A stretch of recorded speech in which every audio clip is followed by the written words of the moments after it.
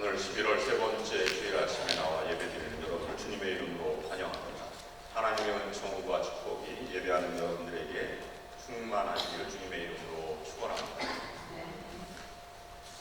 한국 사람이 제일 최고의 인사법이 나이가 많은 분들에게는 존경합니다 라는 인사법이랍니다. 나이가 많은 사람이 나이가 적은 분에게는 사랑합니다.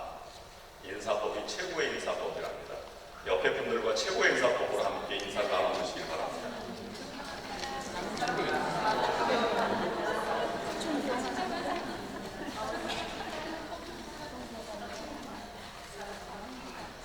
네, 나이를 정확히 측정할 수 없으면 그냥 대충 하시면 됩니다.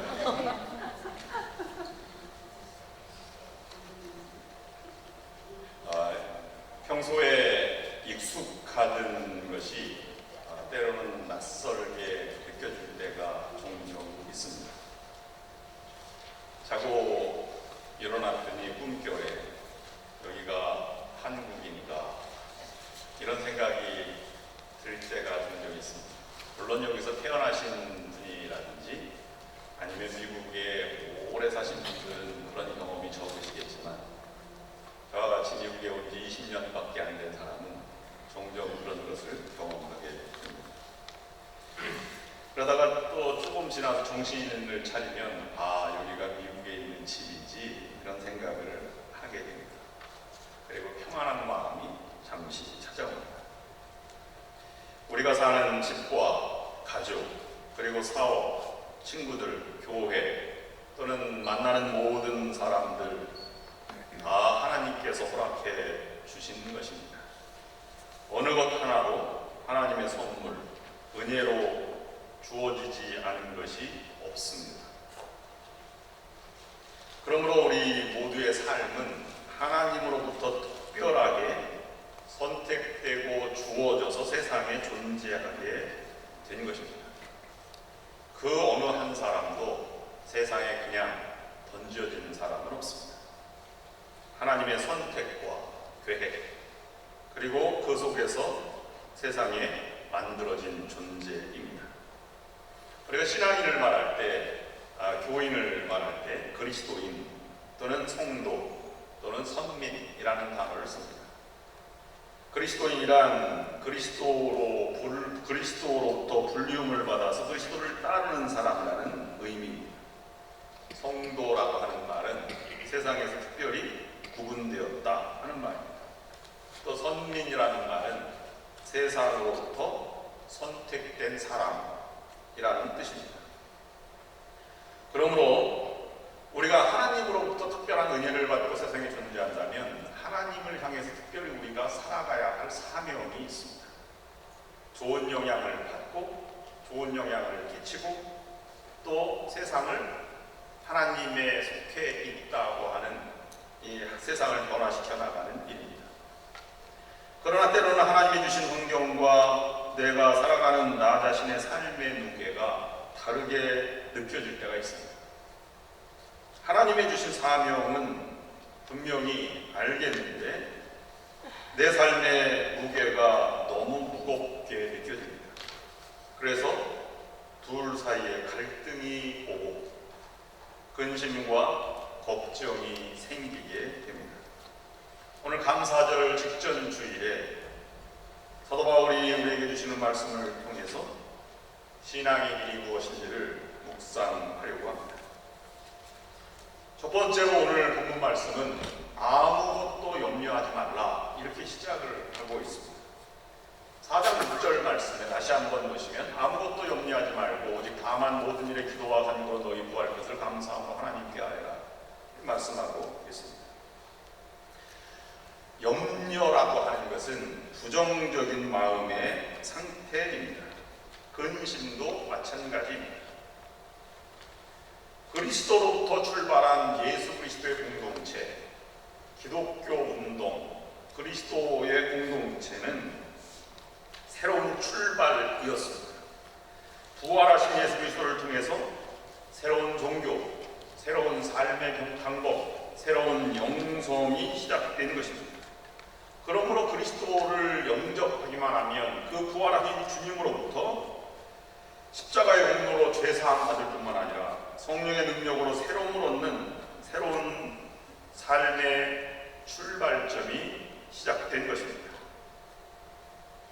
본문에 염려하지 말라고 하는 것은 하나님의 긍정을 잡고 살아가라 하는 적극적인 의미가 담겨져 있습니다.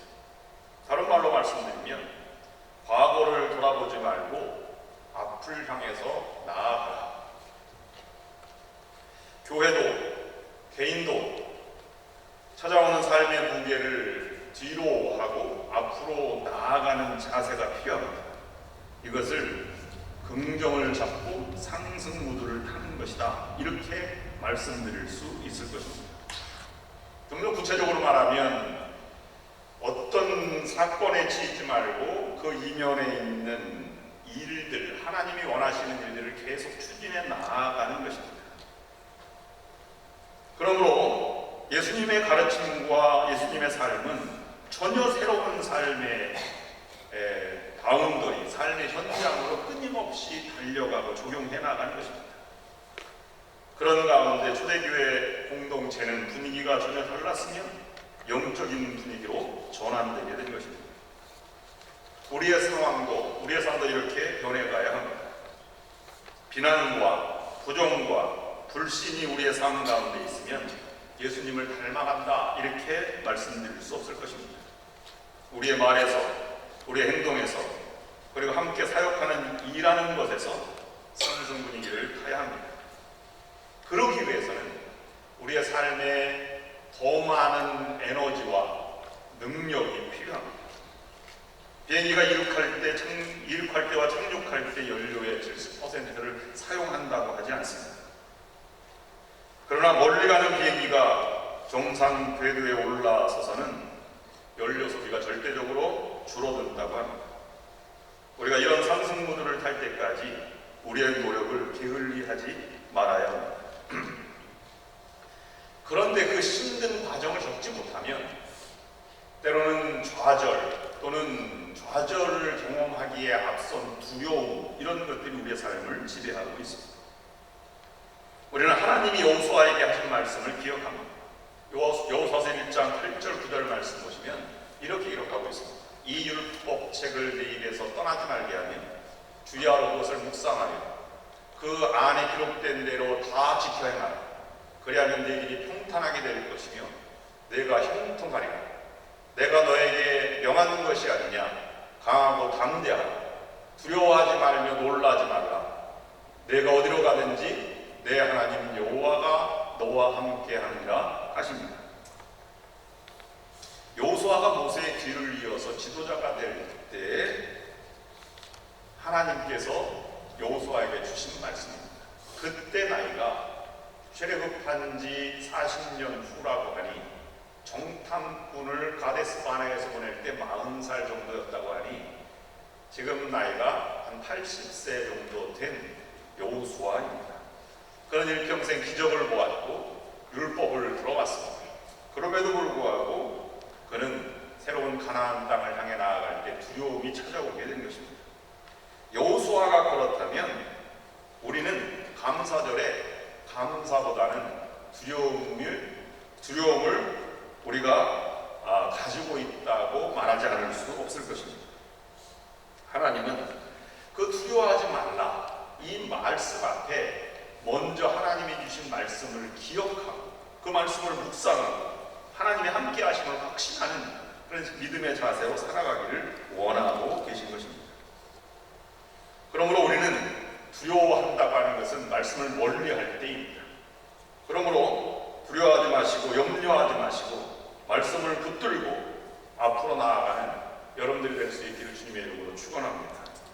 두 번째는 아무것도 염려하지 말고, 오늘 6절 말씀 다시 한번 보시면 아무것도 염려하지 말고 다만 모든 일에 기도와 간구로 너희 구할 것을 감사함으로 하나님께 하여. 사도 바울은 염려하지 말고 대신 할 일이 있다고 우리에게 가르치고 있습니다. 그것은 기도와 간구입니다. 여러분, 강도가 들어오면 어떡하나 이렇게 생각하는 여인이 있었다. 10년 동안 뭐 어떤 일을 해도 문을 잠그고 또 잠그고 소리만 나도 밖에 공포감에 떨고 가정생활을 할 수 없었어. 근데 어느 날 마침 10년쯤 되었을 때 아래층에 소리가 막 버럭 소리가 났습니다. 공포했던 아내를 대신해서 남편이 아래층에 갔더니 진짜 강도가 나타난 것입니다. 강도를 보고 남편이 너무 기쁘게 맞이해서 이렇게 얘기했습니다. 이제야 오셨습니까? 당신을 10년 동안 기다린 사람이 지금 2층에 있습니다. 올라가 보세요. 강도는 한 번뿐이 안 왔지만 여인은 10년 세월 오지도 않은 강도에 대해서 매일 영적, 심적, 염려 속의 전쟁을 경험하고 살아가게 된 것입니다. 여러분 어떻게 염려하지 않을 수 있습니까? 그것은 기도밖에 없습니다. 기도하는 사람은 염려하지 않습니다. 왜냐하면 하나님께 전적으로 신뢰하고 내어맡기는 자세가 되어 있기 때문입니다. 그러므로 다만 모든 일에 기도와 간구로 라는 말씀을 사도 바울에게 말씀해주고 있는 것입니다. 여러분 근심과 걱정이 있으십니까? 그럼 하나님 앞에 무릎을 꿇고 기도드리십시오. 그러면 그 기도가 바로 하나님께 상달되어 여러분의 마음에 평강이 찾아오게 될 것입니다. 이런 사도 바울이 전한 말씀 보면 그러면 근심과 걱정이 기우로 끝나면 다행히도 하나님의 은혜일 것입니다. 그러나 근심과 걱정하는 것이 끝이 없이 그 근심 걱정대로 찾아올 경우가 있습니다. 올 것이 왔다 이런 생각이 들면 사람은 절망감에 빠지게 됩니다. 그러면 그 근심과 걱정이 절망으로, 그 절망이 고통으로 찾아오고 고난으로 세월을 보내게 됩니다. 그 고통은 차마 견딜 수 없는 신음으로 이어지게 되죠. 아마 바울은 초대교회가 너무 기도 공동체였고 찬양하고 예배하는 공동체 속에서 찾아오는 여러 가지 문제들을 두고 살아가는 이 빌립보 교회에게 보낸 편지일 것입니다.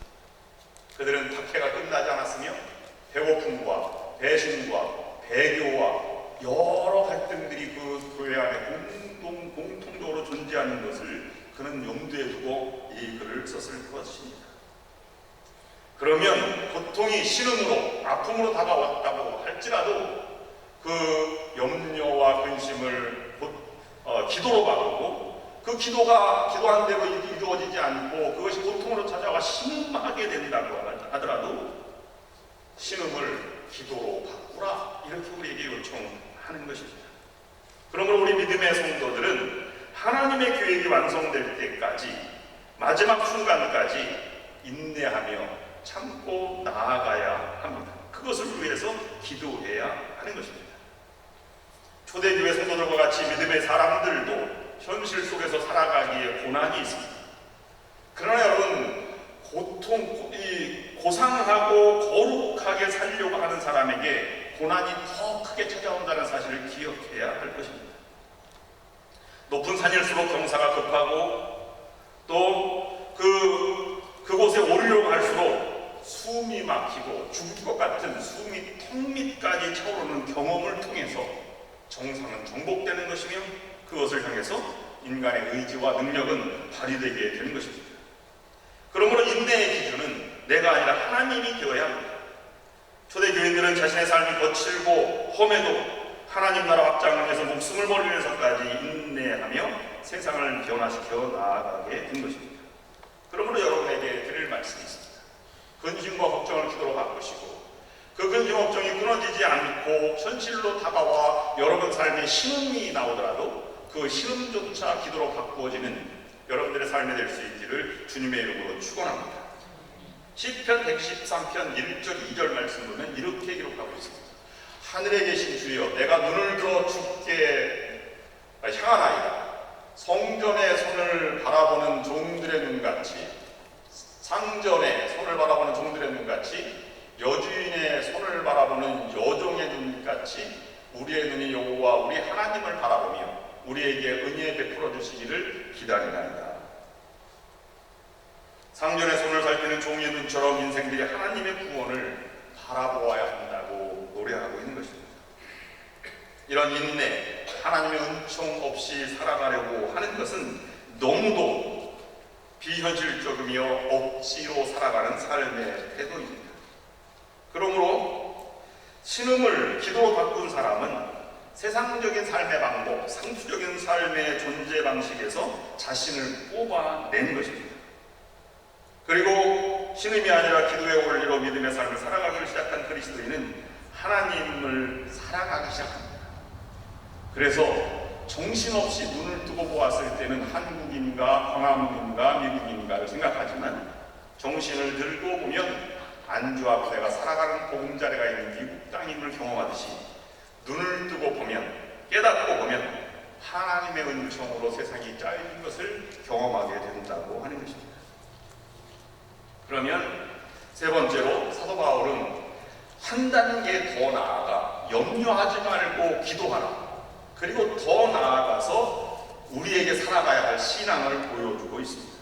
6절, 7절 말씀을 다시 한번 우리가 읽어보면 아무것도 염려하지 말고 다만 모든 일에 기도와 간구로 너희 구할 것을 감사함으로 하나님께 아뢰라. 그리하면 모든 지각에 피어난 하나님의 평강이 그리스도 예수 안에서 너희 마음과 생각을 지키시리라. 기도에 머무르면 안 됩니다. 그리고 기도를 감사로 바꿔 나가야 합니다. 그래서 감사 찬양을 우리가 늘 드려야 하는 것입니다. 그러면 우리에게 감사절에 더 큰 하나님의 은혜를 체험하게 될 것입니다. 오늘 본문을 통해서 그러면 현실을 살아가는 우리에게 주시는 세 가지 교훈을 묵상하고 말씀을 정리하려고 합니다. 첫 번째로, 우리의 삶은 하나님께서 우리에게 가시를, 고통을 언제나 주셨습니다. 하나님께서 가시를 주셨다면 그래도 가시를 주신 하나님께 감사를 드리시기를 바랍니다. 목회를 하다 보면, 그리고 신방을 하다 보면 세상에 아프지 않은 분들이 한 분도 안 계십니다. 인생에 이런 삶의 여러 가지 아픔과 가시가 누구에게나 해결되지 않는 그런 아픔이 있습니다. 왜 그러냐면 우리는 연약한 존재이기 때문입니다. 그러면 가시 때문에 우리가 감사하라고 하는 말은 어떤 말입니까? 겸손해지고 하나님 앞에 엎드리는 자세를 가시 때문에 체험할 수 있게 되기 때문입니다. 여러분, 여러분이 아는 대로 사도 바울도 가시가 있었어요. 그 가시가 무엇인지 정확히 알지 못하지만 혹자는 안질이다, 또는 그보다 목회에 치명적이었을 것이다, 이렇게 얘기해서 간질이다, 이렇게 얘기하기도 합니다. 그럼 어떻게 설교를 할 수가 있겠습니까? 사도 바울이 그랬습니다. 그런데 하나님께 기도를 드렸더니 이런 대답이 왔어요. 내 은혜가 내게 족하다. 여러분이 간절히 기도하는 것이 이런 응답이 들었으면 어떻게 하시겠습니까? 예, 알겠습니다, 감사합니다, 이렇게 말할 신앙의 그런 분들이 얼마나 되겠습니까? 그러나 오늘 본문 말씀은 그래야 한다는 것입니다. 고통과 가시를 내 친구처럼 살아갑니다. 그것을 받아들이고 같이 가야 한다고 우리에게 말씀해주고 있는 것입니다. 파도가 밀려오면 하는 운동이 있어요. 서핑이죠. 파도가 없으면 할 수가 없습니다. 그래서 바람이 없어서 운동 경기가 취소하는 경우도 있습니다. 요트 경기, 바람을 타는 경기인데 바람이 불지 않아 경기할 수 없었던 것이죠. 인생도 마찬가지입니다. 불어오는 바람을 우리가 어떻게 다스릴 수가 있겠습니까? 바람이 불어오면 그 바람을 막거나 피할 생각을 하지 말고 잘 이용할 생각을 해 나가는 것이 먼저입니다. 그래야 하늘도 날 수 있는 것입니다. 피할 수 없는 고난이 있다면, 싸워서 이길 수 없다면 고난을 원수와 적으로 만들지 말고 사도 바울처럼 감싸 안고 살아가는, 받아들이는 친구로 만드시기를 바랍니다. 염려와 걱정 때문에 교회 사역도 가정도 사회생활도 못한다고 하는 분들이 있습니다. 그래, 여러분 그걸 아십니까? 바람이 배의 방향을 결정하지 않는다는 사실이에요. 동풍이 불어서 동쪽으로 자연스럽게 서쪽으로 배가 가야 옳지만, 그러나 배의 방향을 결정하는 것은 돛대입니다. 돛대를 어느 방향으로 가야 할지, 그래서 역으로 가기도 하는 것이 바로 배의 방향인 것입니다. 불어오는 바람을 우리가 막을 수 없다면 그것을 이용하여서 다른 곳으로 돛을 올리고 앞으로 나아갈 수 있어야 한다는 것입니다. 야고보서 4장 6절 말씀에 보면 이렇게 말씀하고 있습니다. 하나님이 교만한 자를 물리치시고 겸손한 자에게 은혜를 주신다 하였느니라. 사도 바울은 나로 하여금 너무 자고하지 않게 하시려고 가시를 주셨다, 이렇게 마음으로 정리를 하였습니다. 근데 여러분, 여기서 가시라고 하는 말은 헬라어로 생각하면 홀로푸스라고 하는데, 그것은 이런 스프린터 같이 찌르는 가시가 아니고요, 헬라어의 이 가시라고 표현된 것은 말뚝이라는 말입니다. 사도 바울은 일평생 지울 수 없는 것이 너무 커가지고 깎아서 지금 큰 나무 말뚝처럼 자기의 몸에 박혀 있다, 이렇게 고백한 것입니다. 뽑아버릴 수도 없고 목회를 잘 할 수도 없는 상황에서 그런 속으로 감사하며 살았다는 것이 사도 바울의 고백입니다. 저도 심한 고통을 앓은 적이 있는데요, 배가 너무 많이 아프고 잠도 못 자고 그래서 보니까 병원 갔더니 돌이 있답니다. 키드니 스톤이 있대요. 근데 그걸 물을 많이 먹으라 그래서 어느 날 갑자기 연애 중인데, 연애 때 화장실 가는데 나왔어. 나는 계속 이만할 줄 알았습니다. 너무 아파가지고. 그랬더니 눈에 보이지 않는 좁쌀보다 작은 것이라. 말뚝이 박혀있다면 여러분 어떻겠습니까? 두 번째, 우리에게 주시는 오늘 본문을 통해서 하시는 말씀은 미움의 감정이 사라지지 않습니까? 그래도 감사하십시오. 우리를 걱정스럽게 하는 것은 나의 가시 때문이기도 하지만, 더 삶을 힘들게 하는 것은 친구들과 이웃의 관계입니다. 사람과의 관계가 더욱더 우리를 아프게 합니다. 에브라임 산지에 엘리후의 손자가 있었는데 그의 이름은 엘가나라는 사람입니다. 그에게 부인이 있었는데 한나가 있었습니다. 근데 아이를 갖지 못했지요. 부인나 둘째 부인에게 먼저 아이가 태어나서 시기와 질투와 멸시를 당하지 않습니다. 여러분, 엘가나가 한나를 사랑하지 않은 것이 아닙니다. 사무엘서 1장 8절 보면 얼마나 사랑했는지, 당신이 나에게 10 아들보다 낫지 아니하냐, 이렇게 할 만큼 사랑을 받았음에도 불구하고 한 분인나와의 관계가 삶을 피폐하게 만들었습니다. 그런데 만약에 분인나가 없었다면 사무엘은 탄생하지 않았을지도 모릅니다. 그만큼 하나님 앞에 간절히 매달렸기 때문입니다. 살다 보면 좋은 사람만 만나는 것이 결코 아닙니다. 여러분, 요셉이 좋은 사람을 만났지만 좋은 사람만 만난 것이 아닙니다. 형제들의 미움 때문에 팔려가게 되었고, 보디발의 아내의 음모 때문에 감옥에 가게 되었습니다. 그러나 요셉은 그 가정사가, 형제들의 갈등이 민족의 갈등으로까지 나아가지 않게 만드는 위대한 신앙의 삶을 살아갔습니다. 보디발의 아내를 오히려 그가 더 하나님이 나를 이렇게 인도했다고 하는 자기를 총리로 만든 1등 공신을 오히려 보디발의 아내에게 이렇게 돌리려고 하는 것입니다.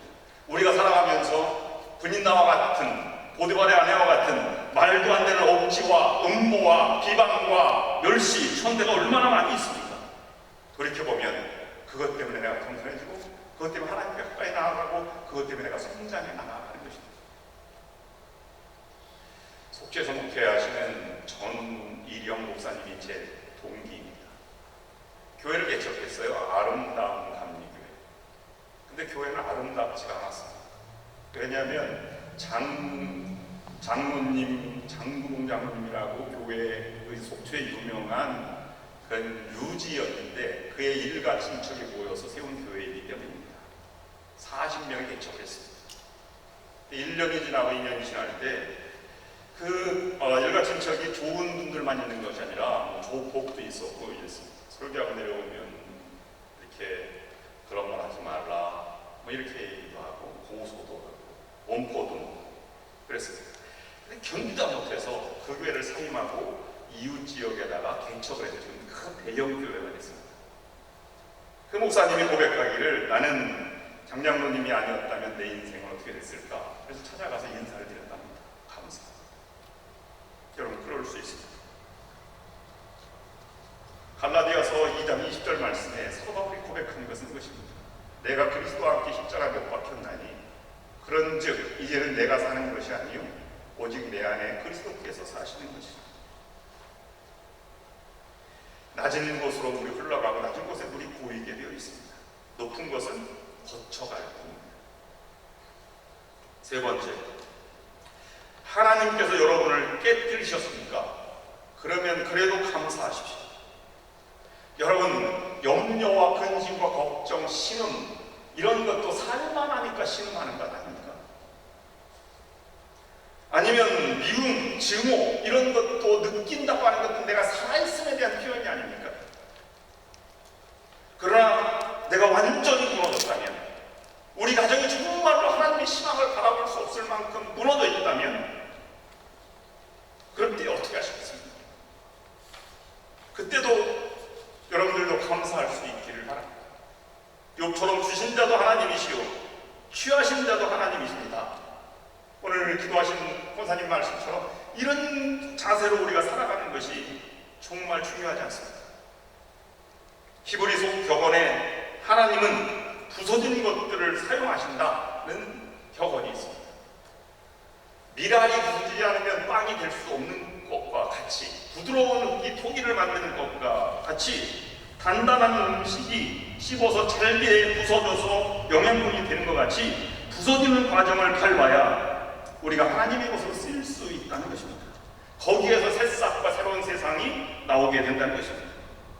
그러면 깨어짐의 크기가 신앙의 성숙의 크기가 되는 것입니다. 하나님도 마찬가지입니다. 하나님이 원하시는 모습으로 빚으시기 위하여 우리를 완전히 깨뜨릴 때가 있다는 것입니다. 완악한 마음, 굳어진 마음, 거친 마음을 하나님께서는 깨뜨리십니다. 그리고 새롭게 빚으시는 그 빚음에 우리가 나아갈 수 있어야 하는 것입니다. 광야를 지날 때 하나님 우리에게 그러한 깨짐의 경험을 하게 됩니다.